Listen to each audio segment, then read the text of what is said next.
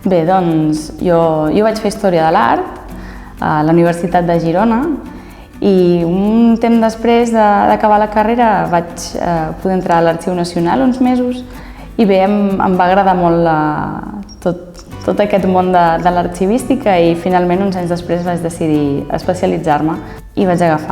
decidir fer el màster aquí a l'ESAGET. Les qüestions que més destacaria del màster és precisament l'oferta a la borsa de pràctiques, que és àmplia i en veritat és bastant variada, hi ha ofertes ben diverses i et permeten adquirir coneixements que potser només a les classes, a l'aula, no podries tenir tan fàcilment. El fet d'haver guanyat el premi al millor TFM del màster en arxivística i gestió de documents, per mi va ser tota una sorpresa i per mi significa el reconeixement a l'esforç i a la feina feta durant aquests 2 anys. El meu treball final de màster ha consistit en elaborar una proposta de repositori de dades obertes que centralitzi els instruments de descripció dels fons dels arxius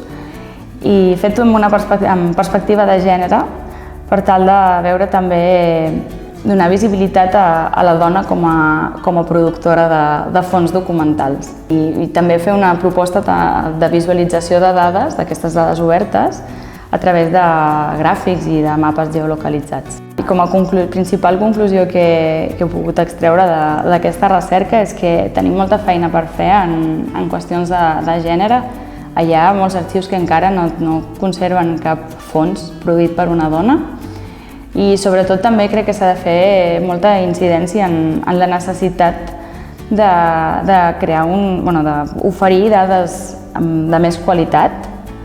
als usuaris dels arxius per tal que aquestes dades puguin ser realment útils i reutilitzables. Em sembla una molt bona iniciativa per engrescar els estudiants a fer propostes que siguin potents